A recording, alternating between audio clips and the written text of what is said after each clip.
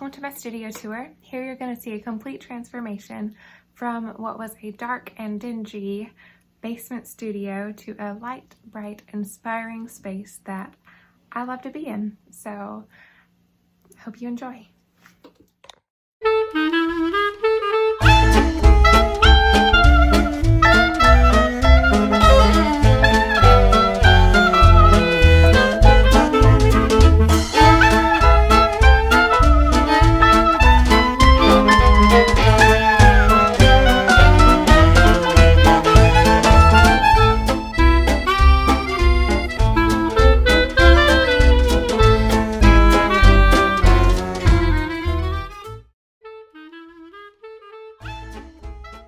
Welcome to the mess.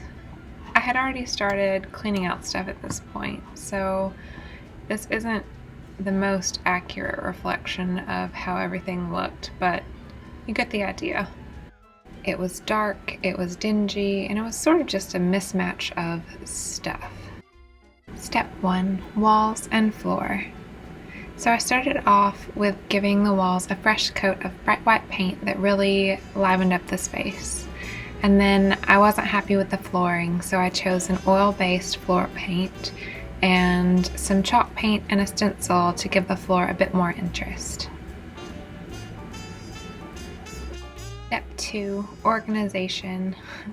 This is where my brain wanted to explode. But first I'm going to show you these little bow tie displays I made out of old Quaker oat containers.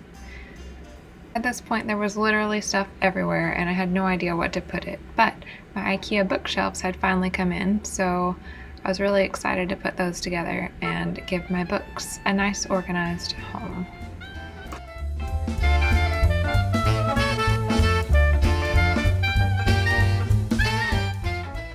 And then I wound up going for the extra tall Billy bookcases from IKEA to give sort of the effect of floor-to-ceiling bookcases since my walls are really tall. And then I wound up organizing all my books by genre because I'm a little crazy like that. So here we have young adult fiction up to normal fiction, poetry and plays. And going over here is all of my children's books and a million and one Nancy Drews because I loved those. A little reading nook right below, and this is my nonfiction shelf. So we have travel, language, encyclopedias, business, fashion, and then down here just some notebooks and equipment and things like that. And I got these little labels from Amazon, these little metal labels to label all the shelves so that every genre has its little title, just like library shelves, because I've always wanted a library, but the screws are so tiny that I can't use a drill and I have to hand screw each one in, so it's taking a long time. So this part of the project is not quite done for the video and I get a little frustrated with it, so I'll probably wind up putting on one a day until they are all done. Next we come to the workstation.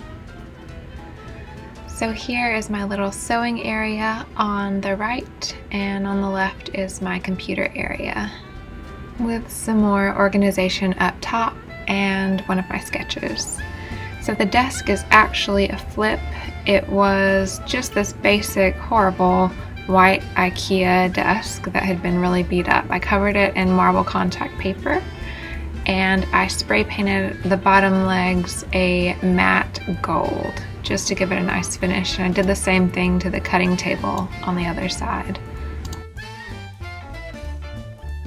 And then here's just a close-up of my little workstation and my sewing area.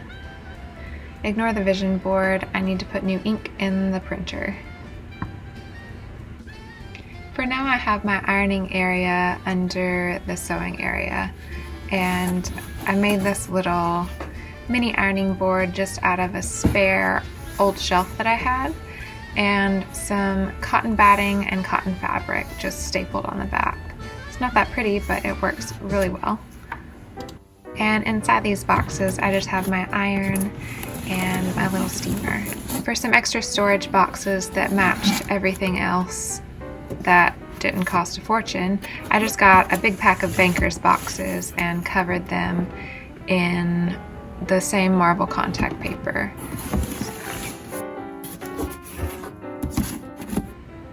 Here you can sort of see the process of transforming a Banker's box, but I'm saving that for another video because I use these in another room in my house too. Moving on to shipping and product photography. So I needed a pretty large space to hang my tissue paper because it's very wide. So I wound up getting some command hooks that I already had and a little dowel rod that cost me 97 cents, spray painting them gold, sticking them up, and it also has a nice place for my stickers and a little hook up there, if you can see it, for my scissors. And then ignore that pile of stuff in the corner, it's just product I need to photograph, and ring light, patterns, and some clothes that I need to alter or make patterns from. And then up above I have some of my renderings for costumes for the Wizard of Oz because they're kind of my favorites. Organizing the inventory for my little e-commerce shop, Wooden Lady. So obviously I have a greeting card rack, and then I just have my ties, some fabrics that I need to reorganize again already, various bits and pieces of things, and labeled boxes of other inventory. And then over here in this wardrobe I house a lot more of my shipping supplies just because they're not very pretty and I like them out of sight.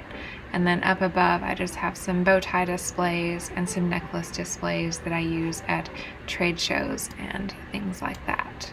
And off to the side I have some little buckets for tools and things that I use on this cutting table where it's the same marble paper and spray painting legs gold. Over here we have this little tower that has all my jewelry supplies in it, and it's actually just one that I painted. You can see it here in the room before. I just painted it with white chalk paint and put the marble contact paper on two of the drawers outside just to sort of make it match, and there you go. Here's a little peek at what's inside, just some charms and chains, and my printer is hiding inside here because I didn't want it in plain sight. And then more jewelry supplies, and in the very bottom I have all my canvases and sketch pads and art supplies that don't really fit anywhere else. Details really matter to me, so I wanted to make sure the switch plate covers matched too, so I just painted them white and then hand painted them in gold, and here you can see them on the wall. Well, that was my studio in a nutshell. Sort of a brief overview of all the bigger things and little details that I did to pull this space back together.